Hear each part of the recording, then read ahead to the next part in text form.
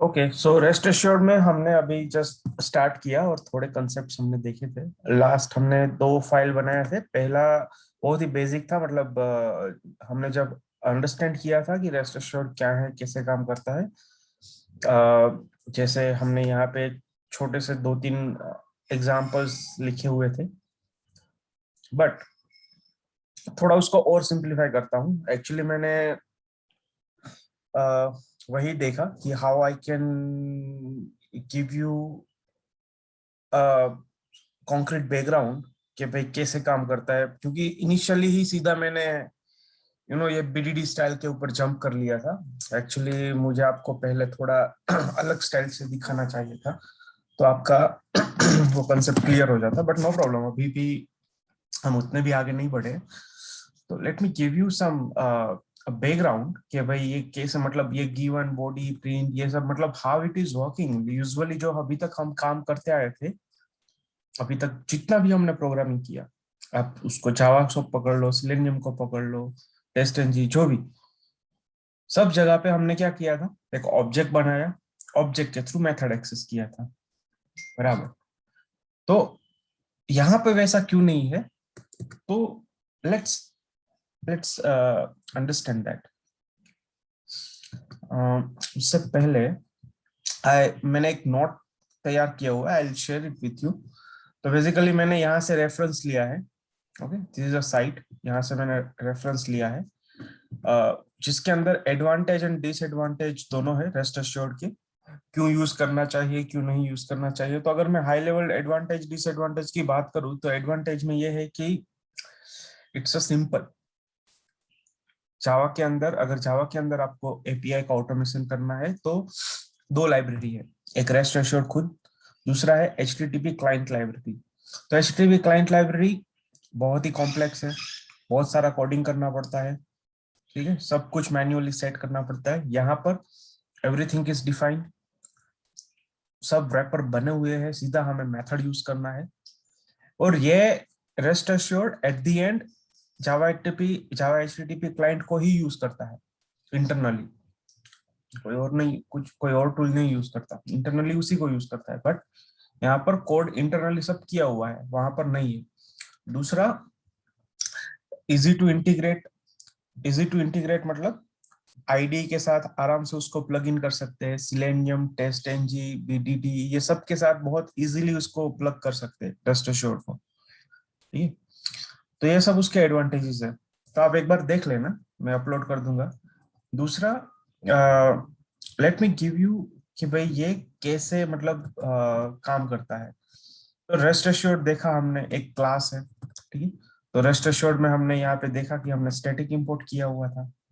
Static import किया, उस वजह से क्या है कि बार बार वो रेस्ट एश्योर्ड डॉट वो लिखने की जरूरत नहीं पड़ेगी, क्योंकि हमने उसको स्टैटिकली इंपोर्ट कर दिया।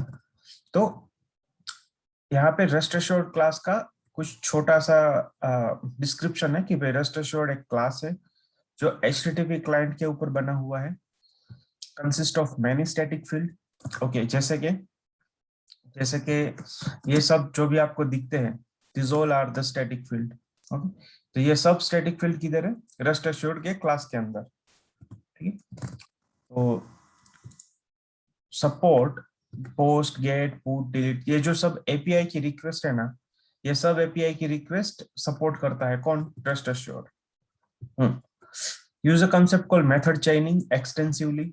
हाँ, अभी ये आप जो देख रहे हो, given dot get dot body dot pretty print, ये इट इज कॉल्ड मेथड चेनिंग।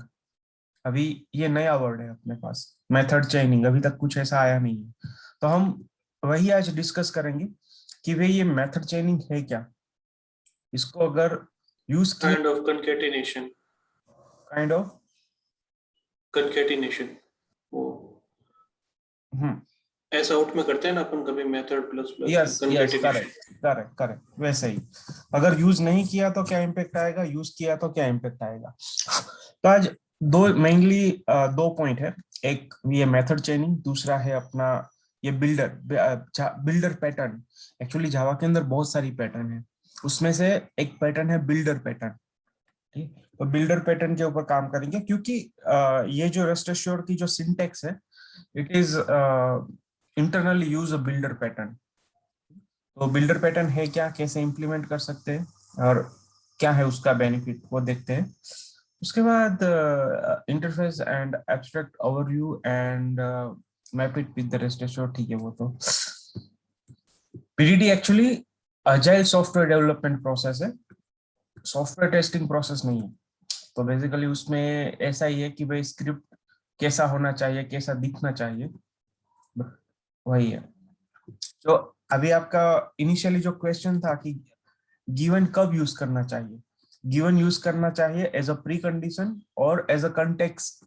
मतलब कोई मैं सिनेरियो एग्जीक्यूट कर रहा हूँ तो उसका या मुझे कुछ तो प्री कंडीशन सेट करना है या पूरा कंटेक्स्ट सेट करना है उसका, कि भाई ये मेरी एक एपीआई है, उसको हिट करने से पहले ये सब कर लो, ये सब कॉन्फ़िगरेशन, सब हेडर सेट कर दो, सब पाथ, पोर्ट, यूआरएल वो सब सेट कर लो, उसके बाद आप एपीआई हिट करना।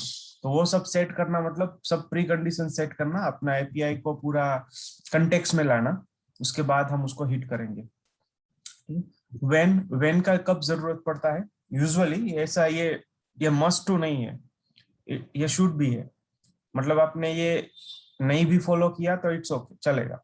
बट कि यूजुअली रेस्ट एश्योर्ड का पर्पस क्या है कि जो स्क्रिप्ट बने वो बीडीडी स्टाइल से अगर आपको बनानी है, तो अगर आप बीडीडी स्टाइल से स्क्रिप्ट बनाने जा रहे हो तो this is a kind of point that you should know कि भाई कब आपको गिवन यूज करना चाहिए, कब व्हेन यूज करना चाहिए। ठीक, तो व्हेन मतलब जब आपको एक्शन परफॉर्म करनी हो, इवेंट परफॉर्म करनी हो। तो फॉर एग्जांपल गिवन आपने सब सेट किया कि भाई हाँ यूआरएल वो है, पोर्ट ये है, बेस पाथ ये है, वो सब सेट किया, उसके बाद बोला व्हेन गेट कॉल, मतलब गेट, फिर वो आपने सीधा एपीआई गेट का एपीआई कॉल कर दिया। तो जब एपीआई कॉल करने से पहले आपको व्हेन लगाना पड़ेगा, and then is like result, outcome. जैसे ही आपने एपीआई कॉल कर दिया, then verify, then status code verify, वो सब वेरिफिकेशन वाला पार्ट देन के बाद आएगा। जो भी एपीआई एग्जीक्यूट करना है वो व्हेन के बाद आएगा, और जो भी प्री कंडीशन सेट करना है वो गिवन के बाद आएगा। इट्स लाइक ऑफ 3 अलग अलग सेक्शन पड़े हुए हैं यहाँ पर। okay? तो यहाँ पे देखो गिवन, तो उसका प्री रिक्विजिट क्या है कि भाई गिवन आपको यूज करना हो तो क्या क्या चीजें गिवन के अंदर यूज कर सकते हो। तो setting up base URL, base path, content tags, result, request body. जब आप पोस्ट कॉल करते हो तो पोस्ट कॉल में डेफिनेटली बॉडी लगता है रिक्वेस्ट का, तो वो भी आप गिवन के अंदर सेट कर सकते हो। Cookies, header, authentication, different kind of parameters, ये सब आप गिवन के अंदर सेट कर सकते हो। ठीक है, देन आप कब यूज कर सकते हो कि भाई जब भी आपको HTTP रिक्वेस्ट हिट करनी हो, जैसे कि गेट, पोस्ट, पुट, डिलीट, तो आप व्हेन के बाद कर सकते हो। वैसे ही देन के बाद आप verify status code, response log, extracting data, kind of all kind of verification you should perform after then. तो देन बेसिकली कौन से क्लास के अंदर है, वेरिफिकेशन के, देन इज रिटर्निंग, देन जो है वो क्या रिटर्न करता है, कौन सा क्लास, वैलिडेटेबल रिस्पॉन्स, वैलिडेटेबल रिस्पॉन्स रिटर्न करता है देन। और ये वैलिडेटेबल रिस्पॉन्स के अंदर सब वैलिडेशन का पार्ट रहता है। गिवन क्या रिटर्न करता है, given returning request specification, request plus specification, मतलब वो रिक्वेस्ट को स्पेसिफाई करता है कि कैसी रिक्वेस्ट में भेज रहा हूँ, किस टाइप की रिक्वेस्ट भेज रहा हूँ, with which kind of configurations. तो ये गिवन स्पेसिफाई करता है। व्हेन भी बेसिकली रिक्वेस्ट स्पेसिफिकेशन ही रिटर्न करता है। तो इफ आई कैन, इसमें ये जो रेस्ट एपीआई है ये एक तरह से बीडीडी अप्रोच है। यस, ओके, ये टीडीडी में नहीं आएगा ना?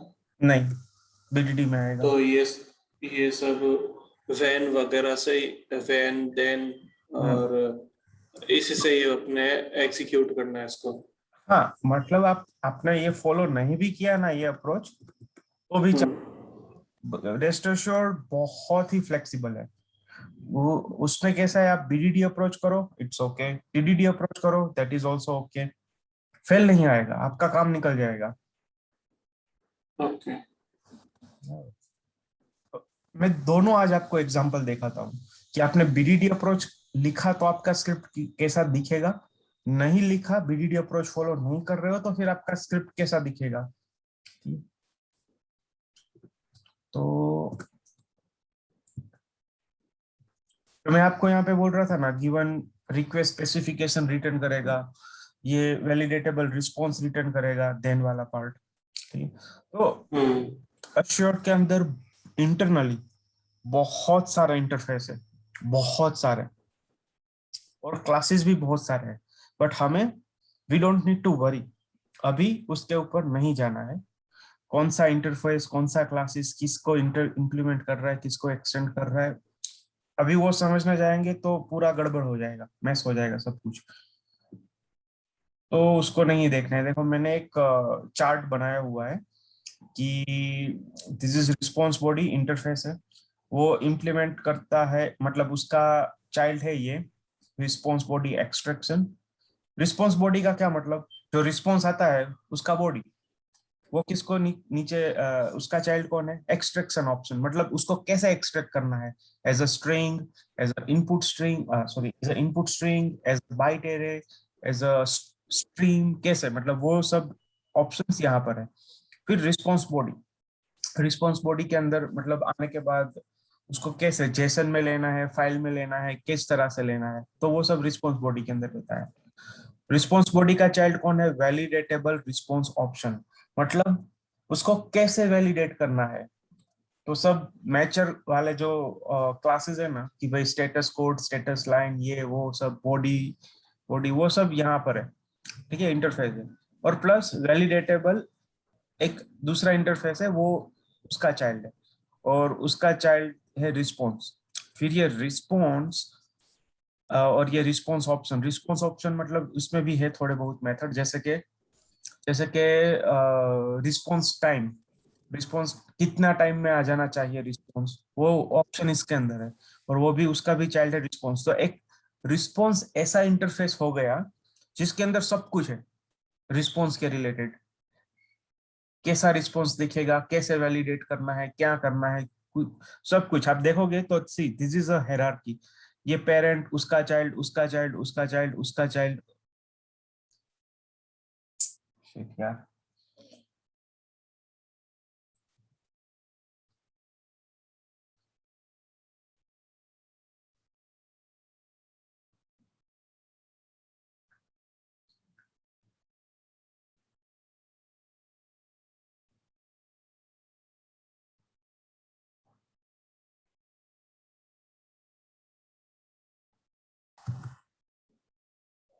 ओके, सो रिस्पॉन्स इज एक ऐसा इंटरफेस है जिसके पास सब कुछ है, मतलब it has all method, but वो मेथड कैसे फॉर्म में है, एब्स्ट्रैक्ट फॉर्म में, उसका सिर्फ मेथड सिग्नेचर है, बॉडी कुछ भी नहीं है।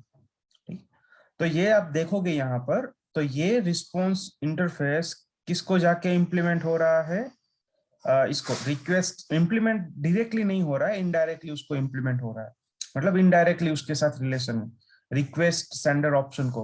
फिर वो रिक्वेस्ट सेंडर ऑप्शन बेसिकली अलग है, मतलब ये रिस्पॉन्स है, ये रिक्वेस्ट है, ठीक है, दोनों अलग अलग चीजें हैं। ये जो पूरा हेरारकी है, बराबर, ये हेरारकी एपीआई हिट करने के बाद एक्टिव होगा, और ये जो हेरारकी है दैट इज एक्टिव है रिक्वेस्ट सेंड करने से पहले, it is kind of request. तो रिक्वेस्ट सेंडर ऑप्शन मतलब कैसे रिक्वेस्ट को सेंड करना है, फिर एक्चुअल रिक्वेस्ट सेंडर, फिर रिक्वेस्ट स्पेसिफिकेशन, इसके बारे में हम बात करेंगे। This is a main interface जिसके अंदर सब हम इस इंटरफेस के अंदर सब हम सेट करते हैं, जैसे कि बेस यूआरएल पाथ, फिर बेस पाथ, पोर्ट, और भी काफी सारी चीजें, ऑथेंटिकेशन, हेडर, कुकीज, है ना, बहुत सारी चीजें हम इसके अंदर सेट कर सकते हैं। एंड वो जाके इम्प्लीमेंट होता है फिल्टरेबल रिक्वेस्ट स्पेसिफिकेशन। ये फिल्टरेबल रिक्वेस्ट स्पेसिफिकेशन क्या है एक्चुअली, ये फिल्टर करता है, जैसे आपने सब सेट किया कि भाई ये मेरा बेस पाथ है, बेस यूआरएल है, ये सब मेरा है कॉन्फ़िगरेशंस। तो एक्चुअल एपीआई हिट करने से पहले अगर आपको फिल्टर करना है कि भाई हाँ ऐसे ऐसे अगर रिक्वेस्ट, मतलब आपको चेक करना है कि भाई हाँ बेस पाथ ये होना चाहिए, तो आप फिल्टर कर सकते हो कि भाई हाँ ओके ऐसे अगर बेस पाथ हो तो आगे बढ़ो, नहीं तो मतलब वहां पे आप मॉडिफिकेशन या कुछ भी आपको जो चाहिए वो कर सकते हो, क्योंकि यहाँ पर आपने फिल्टर लगाया है। तो फिल्टर के अंदर यूजुअली कौन सी मेथड होती है, गेट, कि भाई get base path, get URL, get port, get ये गेट वो सब। और फिर वहां पे आप वेरीफाई कर सकते हो कि भाई यहाँ गेट किया तो पोर्ट नंबर फॉर एग्जांपल 80 आया तो सही है, 80 नहीं आया तो आप, तो मतलब कुछ अलग है और आपको चेंज करना है, तो you can do that. And this is request specification implementation. और ये बेसिकली इम्प्लीमेंटेशन इंटरफेस नहीं है शायद, ये क्लास है, I believe this, not sure class है वो पता नहीं, मैं देखता हूँ। एंड रिक्वेस्ट स्पेसिफिकेशन बिल्डर, तो ये builder is a last class. यहाँ बिल्डर के पास ये सब तामझाम यहाँ पे आता है। और बिल्डर, ये जो रिक्वेस्ट स्पेसिफिकेशन बिल्डर है ना, इसके पास सब इम्प्लीमेंटेशन रहेगा ये सब चीजों का। रिक्वेस्ट रिक्वेस्ट को जो भी बिलोंग करता है वो रिक्वेस्ट का सब इम्प्लीमेंटेशन यहाँ पे रहेगा। यहाँ पे एक्चुअल लॉजिक लिखा है कि भाई हाँ ओके आपने हेडर सेट किया तो कैसे किया, गेट रिक्वेस्ट करना, गेट रिक्वेस्ट आपने हिट किया तो कैसे गेट रिक्वेस्ट जाएगा, कैसे पोस्ट जाएगा, कैसे ये वो सब यहाँ पे लिखा हुआ रहता है। फिर आप एक दूसरा हायरार्की देखोगे तो ये देखो, ये रिस्पॉन्स जो है वो डॉटेड लाइन को होते हुए यहाँ से यहाँ से यहाँ पे जाता है। रिस्पॉन्स स्पेसिफिकेशन मतलब ये रिस्पॉन्स जो इंटरफेस है जिसके पास सब मेथड्स है रिस्पॉन्स के रिलेटेड, वो सब मेथड यहाँ पे जाता है रिस्पॉन्स स्पेसिफिकेशन। उसका चाइल्ड है फिल्टरेबल, उसका है response specification implement, and then response specification builder. ऐसे यहाँ पे था वैसा ही देखो, यहाँ पर रिक्वेस्ट स्पेसिफिकेशन IMPL मतलब इम्प्लीमेंटेशन, यहाँ पर भी रिस्पॉन्स स्पेसिफिकेशन इम्प्लीमेंटेशन। यहाँ पे फिल्टरेबल रिक्वेस्ट स्पेसिफिकेशन, यहाँ पर filterable response specification, request response वाला। उसके नीचे था रिक्वेस्ट स्पेसिफिकेशन, यहाँ पर रिस्पॉन्स स्पेसिफिकेशन, ठीक है। रिस्पॉन्स स्पेसिफिकेशन को उसका भी पेरेंट कौन है, मतलब उसको इनडायरेक्टली कौन एक्सेस करता है, ये रिस्पॉन्स वाला इंटरफेस, ताकि सब मेथड यहाँ पर भी आए। एंड एट द एंड यहाँ पर रिस्पॉन्स स्पेसिफिकेशन बिल्डर, यहाँ पर रिक्वेस्ट स्पेसिफिकेशन बिल्डर, ठीक है। और ये रिक्वेस्ट और रिस्पॉन्स स्पेसिफिकेशन का बिल्डर का ऑब्जेक्ट, दिस इज क्लास।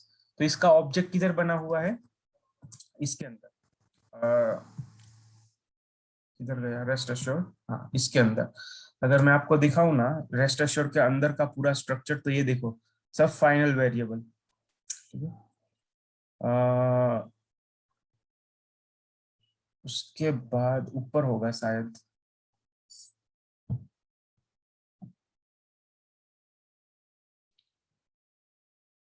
तो सब कॉन्फ़िगरेशन है। हाँ देखो रिक्वेस्ट स्पेसिफिकेशन, तो ये क्या है, इंटरफेस है, सी इंटरफेस, उसका एक रेफरेंस वेरिएबल बनाया हुआ है, ठीक। वैसे ही रिस्पॉन्स स्पेसिफिकेशन, ये भी क्या है, एक इंटरफेस है, उसका भी एक रिस्पॉन्स वेरिएबल, ये वेरिएबल बनाया हुआ है। वेट, एक स्पेसिफिकेशन करके होगा, this is a default, rest assured,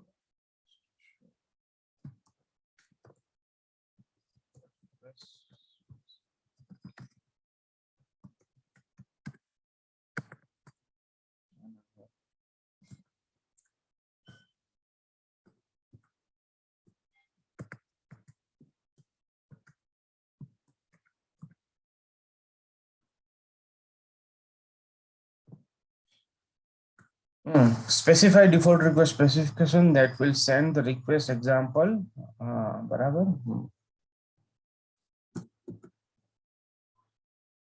देखो ये गिवन गिवन जो ये जैसे गिवन है वैसे ही विथ है, तो वो क्या रिटर्न कर रहा है, रिक्वेस्ट स्पेसिफिकेशन, मतलब गिवन भी वही रिटर्न कर रहा है, ये गिवन एंड विथ दोनों यही रिटर्न कर रहा है।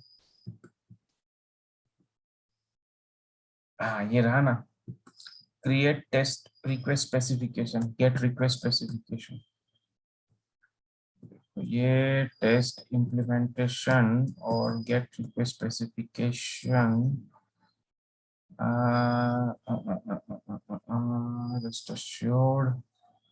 हाँ, यहाँ पे देखो न्यू ऑब्जेक्ट बना, किसका बना, रिक्वेस्ट स्पेसिफिकेशन इम्प्लीमेंटेशन का नया ऑब्जेक्ट बनाया। दिस शुड बी क्लास, वो इंटरफेस नहीं है। यहाँ पे जो मैंने इंटरफेस लिखा है एक्चुअली ये क्लास होना चाहिए। तो इसका ऑब्जेक्ट बनाया, सब कॉन्फ़िगरेशन इसको दिए कि भाई बेस पोर्ट क्या है, ये क्या है, वो क्या है, सब उसको दे दिया। ठीक है, वो दे देने के बाद उसने यहाँ पर ये तो रिक्वेस्ट स्पेसिफिकेशन, वैसे ही रिस्पॉन्स स्पेसिफिकेशन उसको भी सब कुछ दिया कि भाई ये सब कॉन्फ़िगरेशन लेके तू अभी चेक कर क्या करना है। तो फिर वो सब ये ऑब्जेक्ट बनेगा और फिर वो आगे सब मेथड के साथ यूज होगा। तो वैसा उसका इंटरनल स्ट्रक्चर है, बट अभी इंटरनल स्ट्रक्चर अभी उतना नहीं समझना है हमें, सिर्फ मैंने ये रेफरेंस के लिए दिखाया। अभी लेट्स स्टार्ट। मैं आपको एक छोटा सा एग्जांपल के साथ हम स्टार्ट करते हैं। For example static member. देखो पहले सबसे पहले एग्जांपल समझते हैं कि भाई रेस्ट एश्योर्ड को अगर स्टैटिक इंपोर्ट मतलब हाउ इट इज वर्किंग। तो देखो यहाँ पर ये अपना एक क्लास है, बराबर नॉर्मल क्लास है जावा का। इस क्लास के अंदर हमने दो स्टैटिक वेरिएबल डिफाइन किए और एक स्टैटिक मेथड डिफाइन किया, बराबर। अभी ये स्टैटिक है, इसका मतलब क्या हुआ, ये क्लास के नाम से एक्सेस होगा, बराबर। तो इसको मैंने किधर यूज किया हुआ है,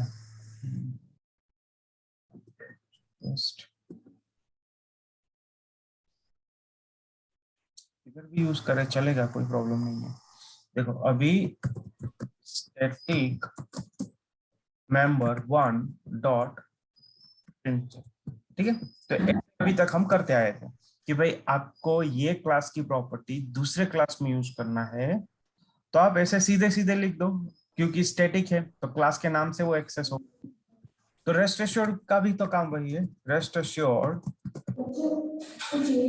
इट्स अ क्लास, और क्लास डॉट आप जो भी करोगे वो आपको यहाँ पे दिखेगा, ठीक। क्लास डॉट जो भी करोगे वो आप यहाँ पे आपको दिखेगा। तो जैसे के गेट एपीआई, तो get is a static method.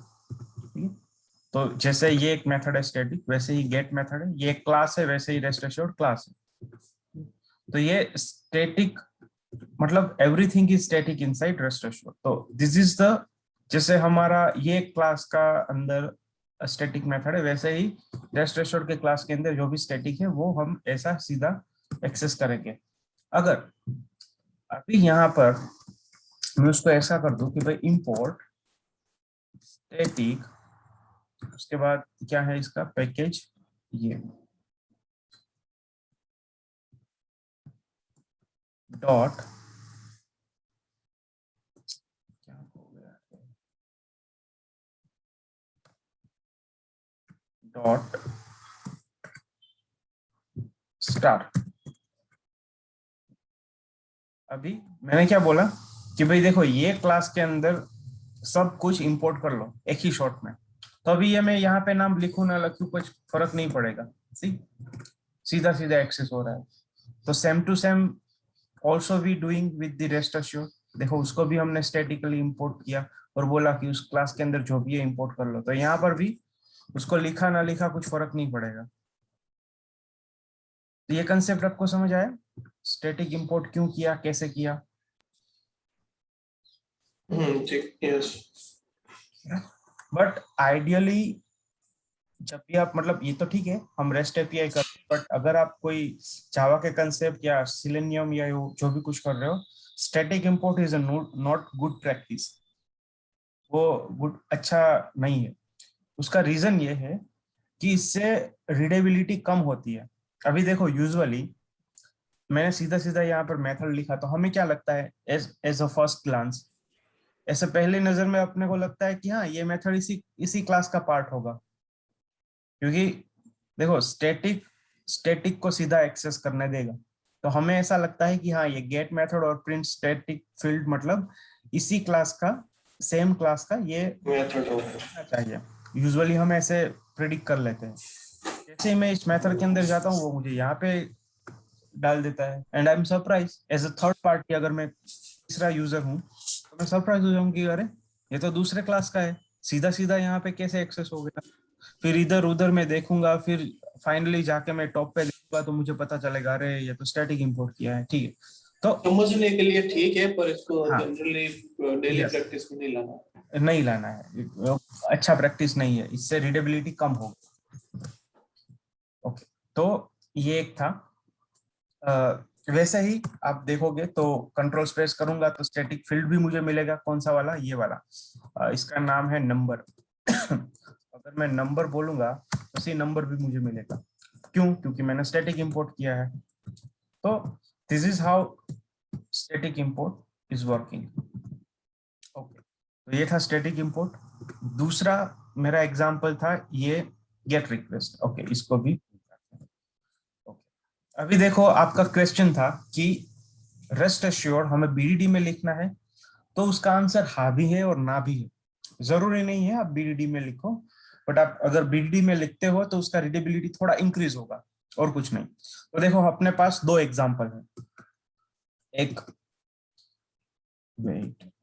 एक नॉन बीडीडी स्टाइल, एक बीडीडी स्टाइल, एंड दूसरा है VDD style with static import. तो तीनों एग्जांपल को एक बार देखते हैं कि कैसे चलता है। तो देखो, सबसे पहले रेस्ट एश्योर्ड मैंने यहाँ पे स्टैटिक इंपोर्ट नहीं लगाया है। फॉर एग्जांपल आप ऐसा अज्यूम कर लो कि स्टैटिक इंपोर्ट नहीं है, तो ये देखो रेस्ट एश्योर्ड का क्लास खुद से एक हमने इंपोर्ट किया, तो पता चला कि हाँ ये गिवन मेथड स्टैटिक है और वो रेस्ट एश्योर्ड का पार्ट है। तो यहाँ से इजीली क्लियर पिक्चर मिल जाता है। तो गिवन इज रिटर्निंग व्हाट, ये जो गिवन है वो रिक्वेस्ट स्पेसिफिकेशन को रिटर्न करता है। ओके, चलो इसको भी भूल जाओ, इससे भी एकदम इजी मैं यहाँ पे लिखता हूँ कि भाई request assured dot given dot gate, और सीधा सीधा मैंने एग्जीक्यूट कर दिया। उसका आउटपुट क्या आएगा, local host colon 8080 connection refuse. क्यों कनेक्शन रिफ्यूज, क्योंकि यहां पर देखो ये लाइन एग्जीक्यूट हुई, बराबर, तो ये लाइन ने गेट एपीआई को हिट किया। अभी गेट एपीआई कौन सी एपीआई, मैंने यहाँ पे कोई एपीआई दिया है, कोई यूआरएल, कोई पोर्ट, कुछ भी नहीं दिया है, फिर भी उसने कनेक्शन रिफ्यूज क्यों दिया, क्योंकि बाय डिफॉल्ट रेस्ट एपीआई का बेस यूआरएल क्या होता है, local host. By default API का पोर्ट कौन सा रहता है, 8080। तो उसने कौन सा एपीआई हिट किया, it is trying to hit local host colon 8080, इसने ये एपीआई हिट किया। ठीक, और यहाँ पे उसको क्या मिला, सी कनेक्शन रिफ्यूज द कनेक्शन, वही उसको यहाँ पे मिला।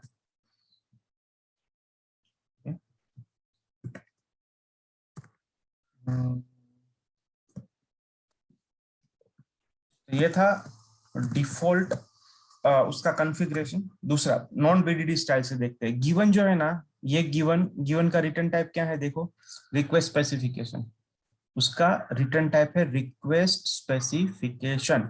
तो यहाँ पे देखो हमने पहले क्या बुलाया कि भाई रेस्ट एश्योर्ड गिवन, उसको रिक्वेस्ट स्पेसिफिकेशन दो, उसके अंदर हमने एक यूआरएल सेट किया, फिर यूआरएल सेट करने के बाद गेट का कॉल किया। तो जैसे ही गेट का कॉल करेंगे, get is API, get, post, put, page, delete, वो सब एपीआई, एपीआई का मेथड। तो हमने गेट कॉल किया, अभी ये गेट कॉल में किस एपीआई को हिट करेगा, इसको, क्यों, क्योंकि हमने सेट किया है बेस यूआरएल का। किसने सेट किया, रिक्वेस्ट स्पेसिफिकेशन में हमने सेट किया कर दिया। तो यहाँ पर देखो आप, तो हमने बीडीडी स्टाइल से नहीं किया, जो अभी तक हम जावा के स्टाइल से करते आते थे वैसा ही किया। ये एक ऑब्जेक्ट बनाया, ऑब्जेक्ट से हमने ये मेथड को एक्सेस किया, ये दूसरे मेथड को एक्सेस किया। ये क्या रिटर्न कर रहा है, रिस्पॉन्स रिटर्न कर रहा है, तो हमने उसको रिस्पॉन्स में लिया। रिस्पॉन्स में हमने बोला कि भाई देखो इसको एज अ स्ट्रिंग, उसकी बॉडी एज अ स्ट्रिंग में स्टोर करो एंड देन उसको प्रिंट करवाओ, ठीक है। उसके बाद ये पूरा रिस्पॉन्स बॉडी स्ट्रिंग के अंदर प्रिंट हो गया। अभी क्या है, to perform validation on response, जो अपने को रिस्पॉन्स मिला उसके ऊपर हमें अगर वैलिडेशन परफॉर्म करना है, वेरीफाई करना है कि भाई उसका स्टेटस कोड क्या है, उसका वैल्यू क्या है, रिस्पॉन्स बॉडी क्या है, ये वो क्या है, तो आपको क्या रिस्पॉन्स के बाद क्या यूज करना है, देन। जब भी आप देन यूज करोगे वो क्या रिटर्न करेगा, वैलिडेटेबल रिस्पॉन्स। और वैलिडेटेबल रिस्पॉन्स के अंदर सब वेरिफिकेशन की मेथड्स है, स्टेटस कोड, स्टेटस लाइन, फिर बॉडी, बहुत सारी मेथड्स है इसके अंदर। आप देखोगे तो validatable response dot C append root, assert that, body, content type, मतलब कंटेंट टाइप क्या होनी चाहिए, बॉडी क्या होनी चाहिए रिस्पॉन्स की, रिस्पॉन्स में कुकीज क्या क्या होनी चाहिए, डिफॉल्ट पार्सर क्या होने चाहिए, ठीक है। उसको अगर एक्सट्रैक्ट करना है बॉडी को तो उसको एक्सट्रैक्ट भी कर सकते हैं, ठीक है। हेडर्स क्या होने चाहिए, लॉग्स, मतलब अगर प्रिंट करवाना है कहीं पर तो लॉग कर सकते हैं उसको, ठीक है। ये सब रूट सेट कर सकते हैं, स्पेसिफिक बहुत सारी मेथड्स है इसके अंदर कि रिस्पॉन्स का टाइम कितना होना चाहिए, रिस्पॉन्स का स्टेटस कोड, स्टेटस लाइन क्या होना चाहिए। There are lots of method in validatable response. तो कभी भी आपको रिस्पॉन्स जो आया एपीआई का उसको वैलिडेट करना है तो आप देन यूज करो, उसमें आपको मिलेगा वैलिडेटेबल रिस्पॉन्स का ऑब्जेक्ट, और उस ऑब्जेक्ट के थ्रू आप सब ये मेथड को एक्सेस कर सकते हो। तो this is a normal way, जो हम जावा में करते थे वैसा का वैसा ही यहाँ पर हमने यूज किया है, गिवन व्हेन देन फॉलो नहीं किया है। तो बेसिकली यहाँ पे हमें न्यू करके कोई क्लास का ऑब्जेक्ट बनाने की जरूरत है नहीं, क्योंकि वो सब इंटरनली ही बनता है, रेस्ट एश्योर्ड सब इंटरनली बना के दे रहा है। हमें सिर्फ बोलना है कि भाई ठीक है रेस्ट एश्योर्ड मुझे गिवन कॉल करो ताकि मुझे रिक्वेस्ट स्पेसिफिकेशन मिले। तो ये जरूरी नहीं है गिवन कॉल करोगे तो ही मिलेगा। अब देखो विथ करो तो भी क्या मिल रहा है, रिक्वेस्ट स्पेसिफिकेशन, ठीक है। तो आप गेट करो तो आपको क्या मिल रहा है, रिस्पॉन्स मिल रहा है। तो आप रेस्ट एश्योर्ड डॉट, आप जैसे ही डॉट करके लिखोगे तो यहाँ से ही आपको पता चल जाएगा कि मैं कौन सी मेथड एग्जीक्यूट करूं तो मुझे रिक्वेस्ट स्पेसिफिकेशन मिलेगा, रिस्पॉन्स मिलेगा, क्या मिलेगा वो यहीं से पता चल जाएगा हमें। तो देखो बेसिक ये ऑथेंटिकेशन सब देगा, ये सब रिस्पॉन्स देगा, रेस्ट कॉन्फ़िगरेशन ये सब रिस्पॉन्स देगा। तो एपीआई की जितनी मेथड है, गेट, पोस्ट, पुट, डिलीट, ये वो सब सब रिस्पॉन्स देगा। फिर उससे पहले आप रेस्ट एश्योर्ड और जो भी मेथड को कॉल करोगे वो सब आपको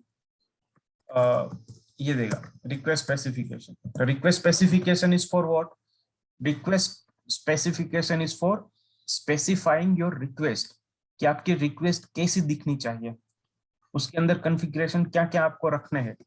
तो this is my URL, this is my port, काफी सारी चीजें। If I show you request के अंदर बहुत सारी चीजें है कि भाई जब आप रिक्वेस्ट भेज रहे हो तो उसका एक्सेप्ट टाइप क्या होना चाहिए। एपीआई में दो चीजें होती है, कंटेंट टाइप, एक्सेप्ट टाइप। तो कंटेंट टाइप भी सेट कर सकते हो, एक्सेप्ट टाइप भी सेट कर सकते हो। आपको अगर ऑथेंटिकेशन कुछ यूजर नेम, पासवर्ड, टोकन ये वो सब रखना है तो आप रख सकते हो, ठीक है। बेस पाथ, यूआरएल, जब आप पोस्ट, पुट या पेज एपीआई एग्जीक्यूट कर रहे हो तो उसका बॉडी क्या होना चाहिए वो भी आप सेट कर सकते हो, ठीक है। पोस्ट का एग्जांपल देखेंगे, वी हैव, तो उसका देखेंगे। कॉन्फ़िगरेशन, आपको कुछ भी कॉन्फ़िगरेशन सेट करना है, ठीक है, तो वो सब सेट कर सकते हो। कुकीज सेट कर सकते हो, हेडर सेट कर सकते हो, ठीक है। फिल्टर, फॉर्म, अलग अलग पैरामीटर, क्वेरी, फॉर्म, पाथ, वो सब पैरामीटर भी आप सेट कर सकते हो, ठीक है। ये सब एपीआई की मेथड है। Multi part is for uploading file. तो ये सब काफी सारी मेथड है रिक्वेस्ट स्पेसिफिकेशन के अंदर विच वी कैन यूज। तो ये एग्जांपल आपको समझ आया कि भाई हमने पहले गिवन से इसका ऑब्जेक्ट लिया, फिर बाद में सब कुछ सेट किया, फिर सीधा एपीआई हिट किया, रिस्पॉन्स मिला, रिस्पॉन्स को हमने स्ट्रिंग में सिर्फ सेव किया, देन रिस्पॉन्स के बाद देन बोल के हमने वैलिडेटेबल रिस्पॉन्स लिया एंड देन वेरिफिकेशन किया। ये स्टेप्स में आपको कहीं पर कुछ भी डाउट हो, ना समझ आया हो तो लेट्स डिस्कस, बताओ आप। इसमें कोई प्रॉब्लम नहीं है, पर ये थोड़ा मुझे कंफ्यूज कर रहा है। जैसे पहले आपने वो डायग्राम बताया, उसमें रिक्वेस्ट स्पेसिफिकेशन, ये सब थोड़ा सा कंफ्यूज मार रहा वो है। डायग्राम, तो अभी उस डायग्राम मतलब ये रिक्वेस्ट, मत हाँ करना। हाँ, नहीं करो। वो डायग्राम में है ना बहुत सारे अभी भी मैं सच बताऊं, वो डायग्राम पार्शियल है, फुल्ली नहीं है। उसमें 50% ही कवर हुआ है, 50% और भी बहुत सारे उसके इंटरनल क्लासेस एंड इंटरफेसेस है जो उसमें नहीं है। तो उसका इंटरनल स्ट्रक्चर थोड़ा कॉम्प्लेक्स तो नहीं है, बट बल्कि है, इधर का उधर बहुत ही इंटरनली फ्लो जा रहा है। तो रेस्ट एश्योर्ड पूरा मतलब इतना फ्लेक्सिबल है कि आप एक ही चीज मल्टीपल वे से कर सकते हो। तो अभी जैसे रिक्वेस्ट स्पेसिफिकेशन हमने इस तरीके से हैंडल किया, आगे जाके और भी 2-3 वे है, उससे भी आप रिक्वेस्ट स्पेसिफिकेशन हैंडल कर सकते हो। तो बहुत सारे ऑप्शन है इसके अंदर। तो ऐसा नहीं है कि जैसे अपना जावा के अंदर कैसा एक ही सिंटेक्स था, मतलब हाँ, class object equal to new class, तो ऐसे ही ऑब्जेक्ट बनेगा। बट यहाँ पर we have a various way. एक अपन ने उसको कैसे हैंडल किया था, वो स्टैटिक आपने बताया जब, कैसे? वो जो स्टैटिक इंपोर्ट था ना, जिसमें हाँ, अपन ने इग्नोर करके फिर उसको हैंडल कैसे कराया था अपन ने, वो मुझे नहीं आया समझ में। Static member. हाँ, स्टैटिक इंपोर्ट किया था ना इसमें कि भाई ये प्रिंट स्टैटिक फील्ड्स, अच्छा, फिर वो हाँ, गेट गेट किया था, हाँ। अच्छा।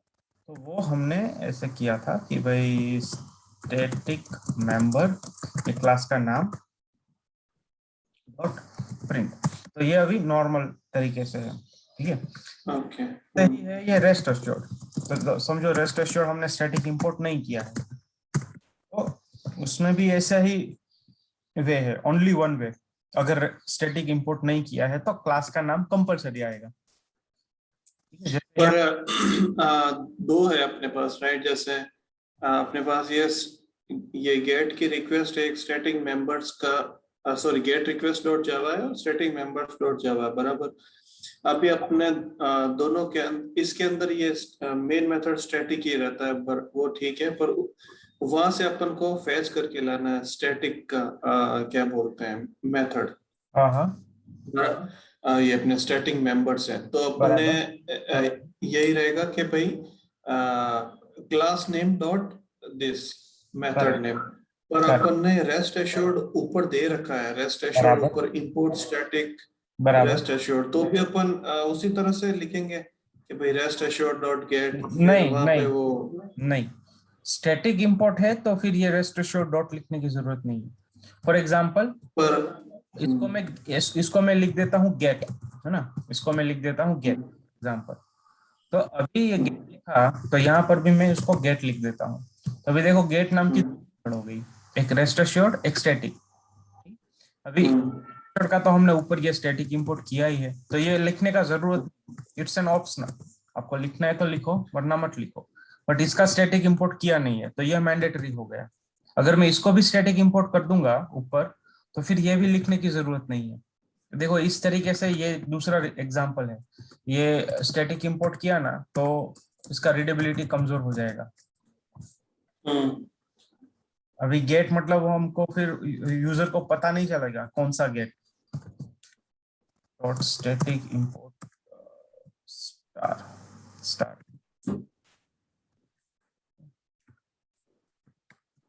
ये एरर दे दिया। देखो अभी कंपाइलर भी कंफ्यूज हो गया कि दो दो स्टैटिक इंपोर्ट है, ठीक है। तो अभी ये कौन सा गेट, इसका रेस्ट एश्योर्ड का या इसका? दिस इज अनदर डिसएडवांटेज कि जब आप ऐसे करोगे तो कौन सा गेट लेगा, कंपाइलर भी कंफ्यूज होगा।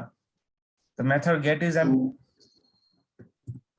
तो इस केस में यहाँ पे फिर लिखना पड़ेगा कि भाई देखो ये जो है वो रेस्ट एश्योर्ड का गेट है, बाकी दूसरा जो है वो यहाँ पर भी बोलना पड़ेगा कि भाई ये स्टैटिक। इवन अपन स्टैटिक इंपोर्ट तो मतलब एक अच्छी प्रैक्टिस है, करो तो। पर हाँ, स्टैटिक इंपोर्ट करने के बाद भी आपको क्लास नेम तो लिखना ही है, नहीं नहीं नहीं नहीं नहीं नहीं नहीं नहीं, ऐसा जरूरी जैसे ऊपर अपन। ओके। ये तो इसलिए हमें लिखना पड़ा कि दोनों में गेट मेथड कॉमन है। गेट मेथड दिया और रेस्ट एश्योर्ड के अंदर भी गेट है। अगर मैं यहाँ पे ऐसा बोलता हूँ कि भाई this is my static get, तो देखो अभी लिखने का जरूरत नहीं है, अभी ये नहीं भी लिख तो चलेगा, क्योंकि अभी दोनों के पास अलग अलग मेथड है ना गेट। अभी कंपाइलर को पता चलेगा स्टैटिक गेट स्टैटिक मेंबर के पास, गेट इसके पास है। पर इसमें भी जैसे आपने बोला रीडेबिलिटी के लिए अपन बेटर है तो लिख लेते हैं। अगर अपन ने स्टैटिक इंपोर्ट भी अगर किया है तो भी कोई दिक्कत नहीं, क्योंकि अगर वो चीज अगर बार बार दूसरी जगह काम आ रही है तो स्टैटिक इंपोर्ट करो। हाँ मल्टीपल प्लेस पे अगर एक यस, जगह आ रही है तो ऐसा कोई जरूरत नहीं है। जरूरत नहीं पर है। अगर आपने अगर किया भी है अगर ऐसा, तो class name dot this static get करके भी आप लिख सकते हो लिख तो सकते बेटर हैं, है। लिख सकते हैं, इट शुड बी मैंडेटरी नहीं है, हम्म बट अगर स्टैटिक इंपोर्ट हम्म है तो मैंडेटरी है, इट मस्ट बी। ठीक है। ओके, तो वो हो गया स्टैटिक इंपोर्ट का पार्ट। दूसरा ये नॉन बीडीडी स्टाइल है रेस्ट एपीआई का कोड, जहाँ पे आपको रेस्ट एश्योर्ड गिवन, आपको ये रेस्ट रिक्वेस्ट स्पेसिफिकेशन मिलेगा, आपने सब रिक्वेस्ट को स्पेसिफाई किया, फिर यूआरएल को हिट किया, आपको रिस्पॉन्स मिला, रिस्पॉन्स में आपने रिस्पॉन्स को प्रिंट किया, फिर आपने रिस्पॉन्स डॉट देन किया मतलब आपको वैलिडेटेबल रिस्पॉन्स मिला। उसके बाद आप सब वेरिफिकेशन करवा सकते हो। तो this is a non VDD practice. अभी देखो बीडीडी प्रैक्टिस के ऊपर जंप करते हैं। तो देखो rest assured dot given, given के बाद सीधा हमने लिख दिया बेस यूआरएल, उसके बाद when dot get, then dot status code. तो यहाँ पर देखो कहीं पर मतलब ऐसा हमने ऑब्जेक्ट के अंदर मतलब ऐसा ऑब्जेक्ट बनाया और ऑब्जेक्ट के अंदर वो हमने रिस्पॉन्स नहीं लिया, वैसे यहाँ पर हमने नहीं लिया। तो दिस प्रैक्टिस एंड ये प्रैक्टिस दोनों अलग अलग है।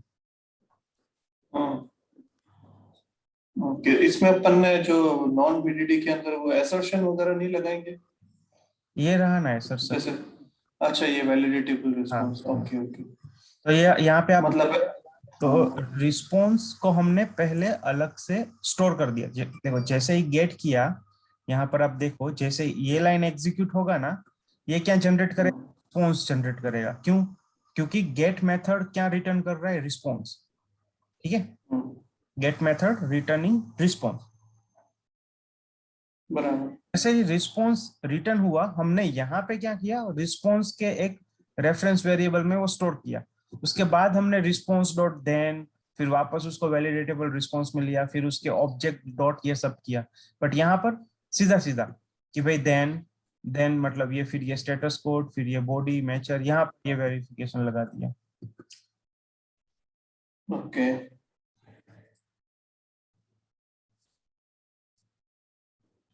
तो ये दोनों एग्जाम्पल मतलब एग्जाम्पल सेम है, but the way of writing code is different. This is a VDD format and ऊपर वाला non VDD format. But I think ये मुझे आपको एक्सप्लेन करने से पहले मुझे, this is called method चेनिंग, this is called method चेनिंग। I think I should give you a demo of method चेनिंग first of all, उसके बाद मैं आपको यहाँ पे ले जाता हूँ। मेथड चेनिंग का एग्जाम्पल किधर है, बिल्ड पैटर्न यही होगा शायद, builder pattern, let me check. Correct, यही है। सी हाँ यही है। देखो ये अपना नॉर्मल क्लास है, बराबर, नॉर्मल क्लास अपना जावा का, नथिंग मच। इसमें कहीं पर भी Selenium, test NG, rest assured कुछ भी नहीं है, नॉर्मल जावा, दैट्स इट। हमने एक मेथड बनाया m1, ओके, जिसके अंदर एसओपी लिखा। हमने दूसरा मेथड बनाया, उसको हमने बोला m2, जहाँ पे हम लोग उसको भी प्रिंट कर रहे हैं। तीसरा मेथड m3 और प्रिंट किया। मेन मेथड के अंदर हमने इसी क्लास का ऑब्जेक्ट बनाया और क्लास को m1 m2 m3 प्रिंट किया। एनी क्वेश्चन इसके अंदर, कुछ भी आपको ना समझ आया? नहीं क्लियर? नहीं। हाँ। अभी आप हाँ सब मेथड में हमने क्या रिटर्न किया है, वॉइड। सब मेथड में हमने वॉइड रिटर्न किया है m1 m2 m3। तो जैसे इसका ऑब्जेक्ट बना, ठीक है, m1 जो है वो एग्जीक्यूट करने के बाद, m1 एग्जीक्यूट करने के बाद क्या रिटर्न करेगा, कुछ भी नहीं, वॉइड है। वैसे ही M2 एग्जीक्यूट होने के बाद क्या रिटर्न कर रहा है? कुछ भी नहीं, void. M3 रिटर्न करने एग्जीक्यूट करने के बाद क्या रिटर्न कर रहा है? void, कुछ भी नहीं, बराबर। अभी एग्जाम्पल को मैं थोड़ा एक्सटेंड करता हूं और एक मेथड लिखता हूं, पब्लिक, फिर कौन सा क्लास कौन सा है? ये नो बिल्डर। इसका मैं रिटर्न टाइप रखता हूं नो बिल्डर एंड उसको बोलता हूं M4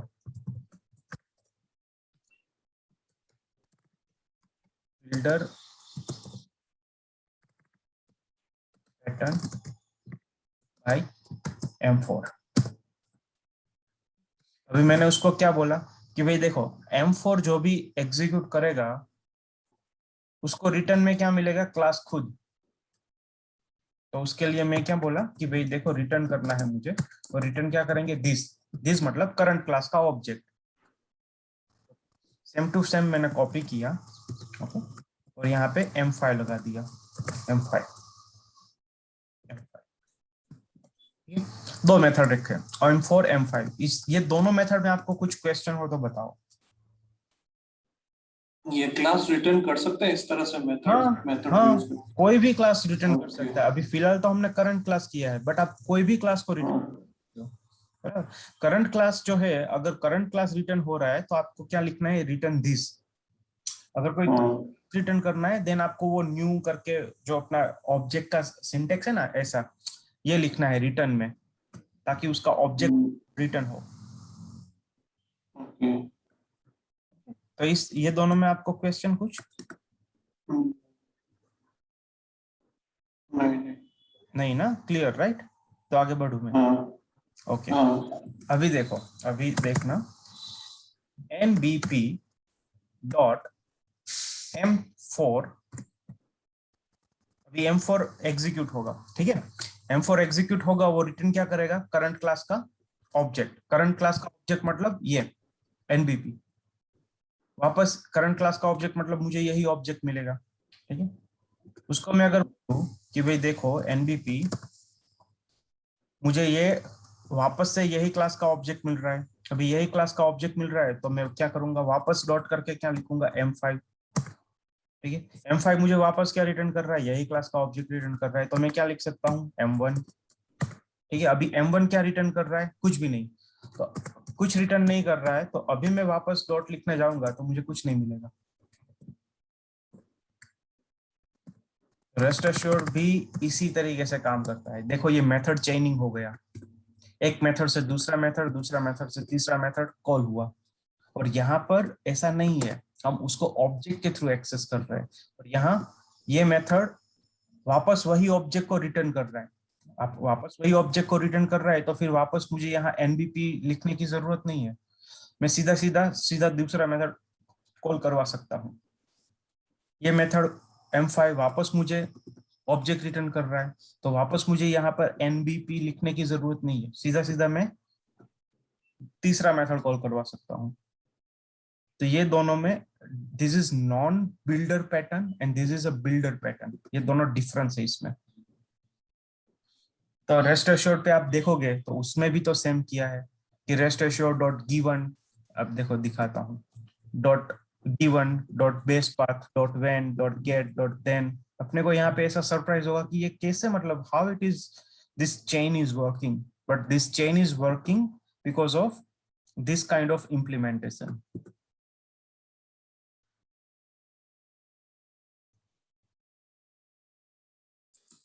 ओके। बराबर।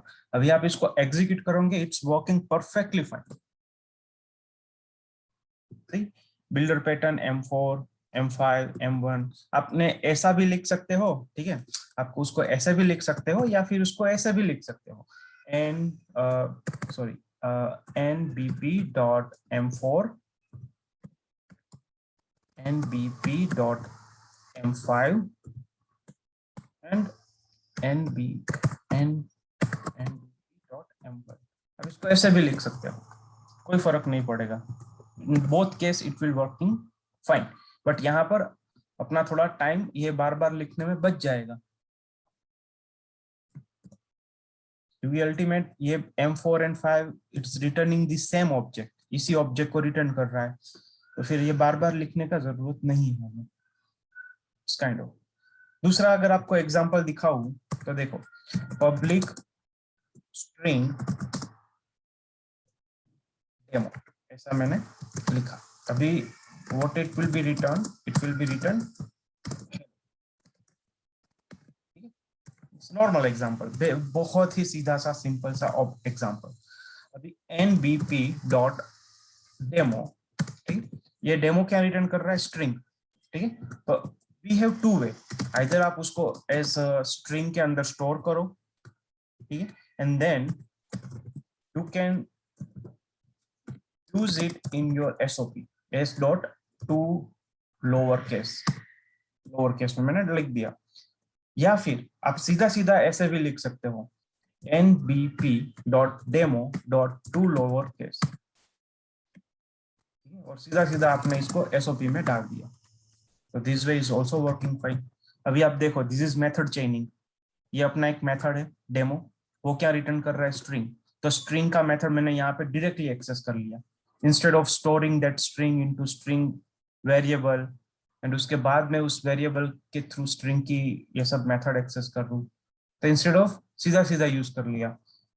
सेम प्रैक्टिस हमने इसमें भी किया था, आपको अगर याद है तो, driver dot find element by dot find element में किया था, बाय डॉट आईडी हमने दे दिया था ABC फॉर एग्जांपल, एंड यहाँ पे this will be return web element, तो हमने उसको वेब एलिमेंट में भी स्टोर कर सकते थे, और उसके बाद डॉट क्लिक डॉट ये वो सब भी कर सकते हैं, और सीधा सीधा यहाँ पर भी लिख दिया।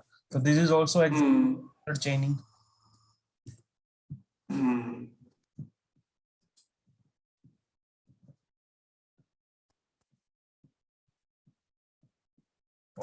तो ये था मेथड चेनिंग एंड नॉन चेनिंग। तो अगर मैं आपको बिल्डर पैटर्न दिखाऊं तो देखो, बिल्डर पैटर्न में same example, M1 returning same class, M2 returning same class, M3 returning same class.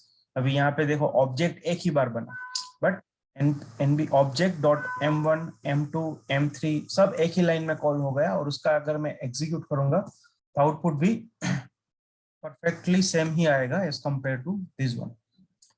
But यहाँ पे हमें अलग अलग मल्टीपल टाइम ऑब्जेक्ट के थ्रू ही कॉल करवाना पड़ेगा। यहाँ पर आप डायरेक्टली चेनिंग बनाओ या ऑब्जेक्ट के थ्रू कराओ, बोथ विल बी फाइन। तो सेम रेस्ट एश्योर्ड के अंदर आप ऐसे अलग अलग, मतलब ऐसे इसके अंदर लो, उसके बाद उसके थ्रू आप सेट करो, कॉल करो, दैट इज ऑल्सो फाइन।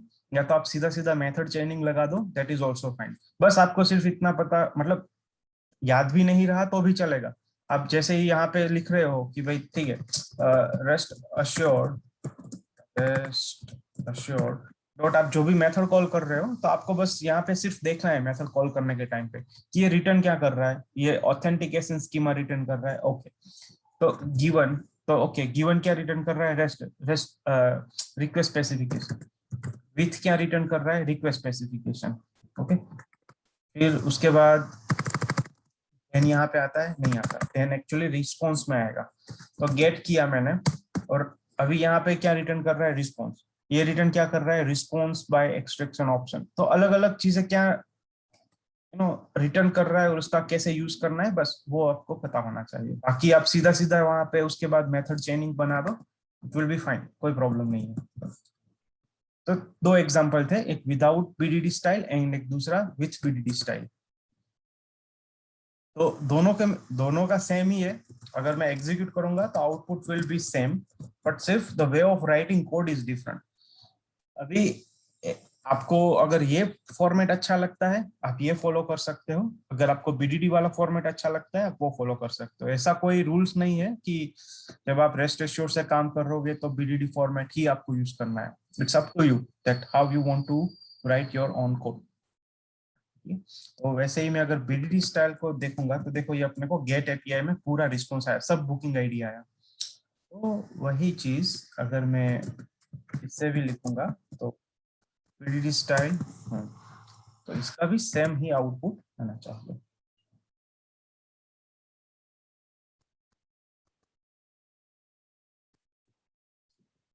तो वो था BDD and non BDD style. Okay, क्या आया, साइज लेस देन 10, एक्चुअल 350 थी, एसर्शन फेल गया, तो एसर्शन यहाँ पे 351 लगा देता हूँ मैं, 351 एंड कुछ तो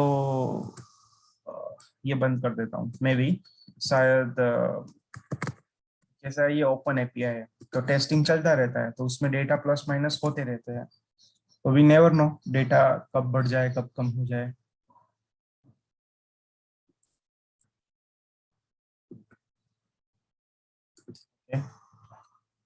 एक्चुअली कलेक्शन इसको भी अभी हटा देता हूँ, इसका भी जरूरत नहीं है मुझे, just I want to compare कि भाई दोनों का ये सेम आ रहा है रिस्पॉन्स।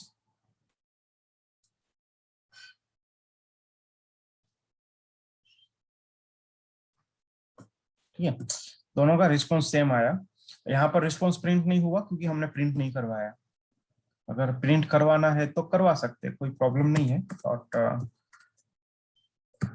प्रिंट प्रिंट प्रिंट जैसे ही करेंगे, ओके वेट, प्रिंट क्या रिटर्न कर रहा है,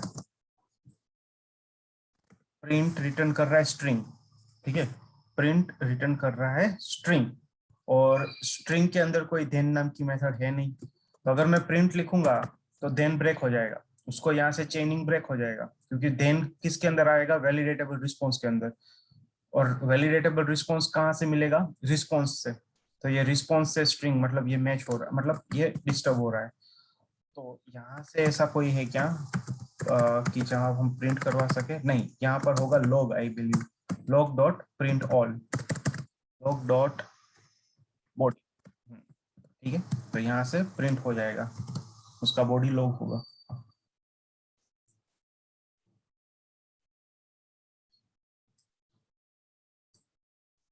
हाँ देखो सब आ गया यहाँ पर भी, जे जेसन फॉर्मेट में आया, ये स्ट्रिंग फॉर्मेट में आया और कुछ नहीं है।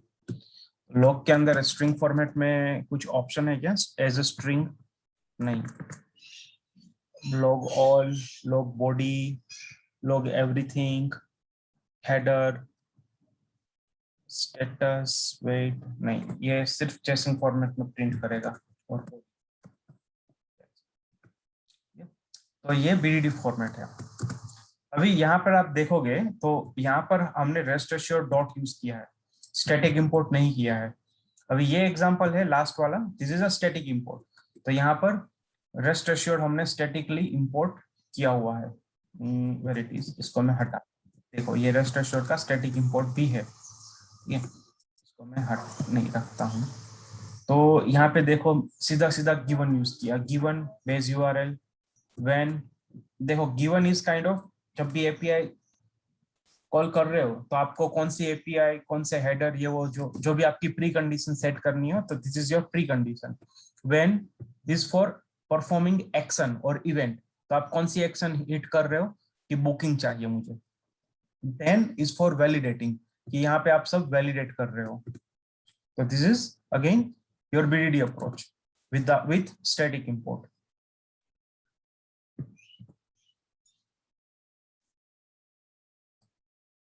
अभी आपको ये बीडीडी नॉन बीडीडी स्ट्रक्चर समझ आ गया? हाँ,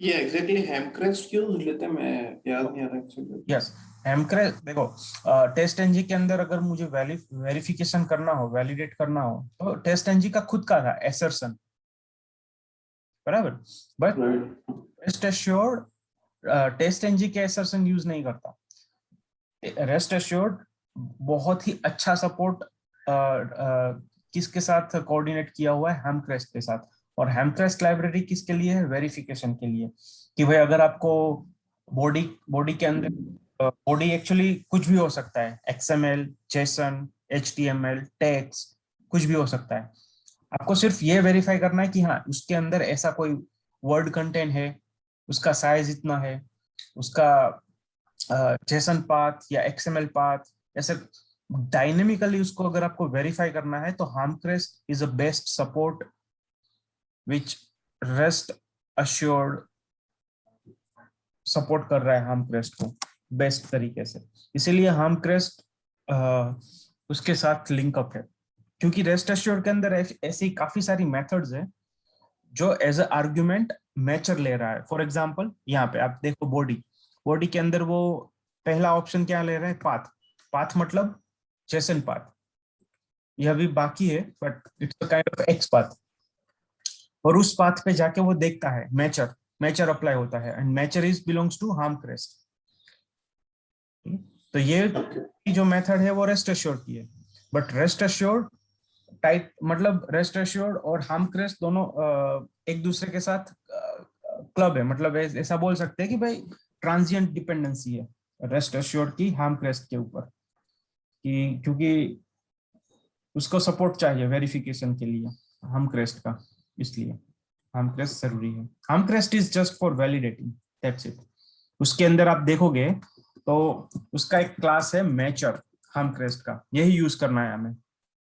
मैचर्स, देखो मैचर्स, ठीक है, हार्म क्रेस्ट डॉट, यहाँ पे देखो all of a map with a size with empty anything, any array contain any size.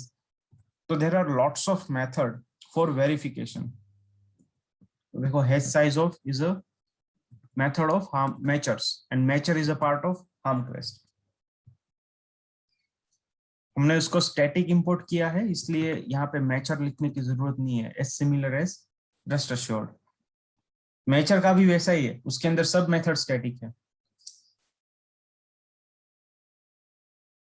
This is also equal to is also a part of matcher.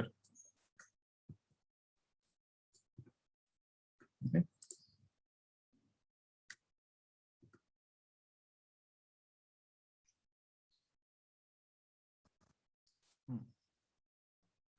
Okay.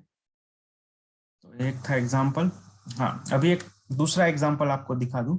ये देखो given जो है वो rest assured dot given, वो request specification को return करता है, बराबर। अभी रिक्वेस्ट स्पेसिफिकेशन में आप क्या क्या सेट कर सकते हो, बहुत सारी चीजें, जैसे कि एक्सेप्ट टाइप क्या होना चाहिए, ऑथेंटिकेशन में यूजर नेम पासवर्ड क्या होना चाहिए, हेडर क्या होना चाहिए, पैरामीटर क्या होना चाहिए, कुकी क्या होना चाहिए, ठीक है। ये सब आपने रिक्वेस्ट स्पेसिफिकेशन के अंदर डाल दिया। उसके बाद आप क्या कर सकते हो, एक सेकंड, ये थोड़ा हो जाएगा, ये इसमें रिक्वेस्ट आप ऐसे कर सकते हो कि भाई आपने क्या बोला कि भाई given as a precondition, तो ये आपका सब प्री कंडीशन सेट हो गया। आपने दे दिया कि ये मेरा रिक्वेस्ट है। अभी उसके ऊपर आप गेट यूआरएल हिट करो, ये एपीआई हिट करो एज अ गेट, तो वो गेट एपीआई हिट होगा with this set of configuration. तो this is non BDD style. और अगर आप सेम एग्जांपल बीडीडी स्टाइल से देखोगे तो रेस्ट एश्योर्ड डॉट गिवन, जहां पर accept type, auth, header, parameter, cookies ये सब दिया, और यहाँ पे वो रिक्वेस्ट डाल दिया और वो हिट हो जाएगा। तो we have two way. Given के अंदर भी आप रिक्वेस्ट स्पेसिफिकेशन डाल सकते हो, इसका ऑब्जेक्ट, और गिवन डॉट स्पेक, स्पेक मतलब रिक्वेस्ट स्पेसिफिकेशन आप यहाँ पे डाल सकते हो। स्पेक एक मेथड दिया हुआ है जहां पर भी आप रिक्वेस्ट स्पेसिफिकेशन डाल सकते हो। मैंने बोला था कि यहाँ पे बहुत सारे वे है कॉन्फ़िगरेशन के लिए। तो रिक्वेस्ट स्पेसिफिकेशन को अगर आपको सेट करना है तो आप ऐसे गिवन के अंदर भी डाल सकते हो, and there is one more method spec, वहां पर भी आप डाल सकते हो as a specification. But this is a BDD approach with the spec method. This is non BDD approach.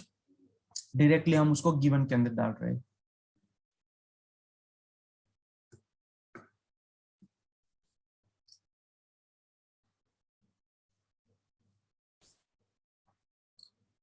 अभी अलग अलग वे के ऊपर हम उतना फोकस नहीं भी करेंगे ना तो चलेगा। अभी सिर्फ ये देख लेते हैं कि भाई पर्टिकुलर अप्रोच से अलग अलग एपीआई कैसे हिट होती है। एक बार वो फ्लो क्लियर हो गया, उसके बाद आप ये अलग अलग कॉम्बिनेशन ट्राई कर सकते हो, ठीक है। मैंने हर एक पेज के अंदर, यहाँ पे आपको जितने भी पेज दिखते हैं, देखो gate request, page request, post, put, delete, सब रिक्वेस्ट मैंने यहाँ पे लिख दिया है। और हर एक एग्जांपल में मैंने दो दो रखे हुए हैं। दो दो मतलब एक नॉन बीडीडी स्टाइल एंड एक बीडीडी स्टाइल, दो दो एग्जांपल रखे हैं। तो आपको दो में से जो भी सूट लगता है वो आप यूज कर सकते हो। हर एक एग्जांपल में से दो दो रखा है। कि कैसे होगा, तो it will be easy for understand. अब अभी हम अगर वेरियस कॉम्बिनेशन के ऊपर नहीं भी जाएंगे, एक स्ट्रेट अप्रोच पकड़ते हैं और उस अप्रोच से हम अगर सब एपीआई पहले देख लेंगे ना, उसके बाद वो फ्लो समझ आ जाने के बाद आप दूसरे मतलब ऐसे उसके ऊपर स्विच हो कि इसको मैं अलग तरीके से कैसे कर सकता हूँ वैसे। ठीक है, तो आज हमने ये मेथड चेनिंग का देखा। बिल्डर उसको it's called as a builder pattern. Builder pattern मतलब पर्टिकुलर मेथड जो है वो उसी क्लास को रिटर्न करता है, and because of builder pattern हम मेथड चेनिंग बना सकते हैं। तो मेथड चेनिंग कब बनेगा, जब हम बिल्डर पैटर्न अप्लाई करेंगे तब, and this is called a builder pattern. तो builder pattern, method chain, static import and BDD and non BDD तरीके से कैसे स्क्रिप्ट होता है वो फॉर्मेट देखा हमने। कल हम देखेंगे, आज हमने एक्चुअली कल वापस से मैं यही एग्जांपल को एक बार आपको समझाऊंगा। गेट, फिर post, put, patch and delete, ये 4 एपीआई ऐसा है कि जो एज अ क्रड ऑपरेशन होता है, और 90% सिनारियो में यही 4 एपीआई होता है। 90%, 90 भी नहीं, 95%। ठीक है, तो उस रेस्ट एश्योर्ड से कैसे हम ऐसे अलग अलग एपीआई हिट कर सकते हैं वो देखेंगे।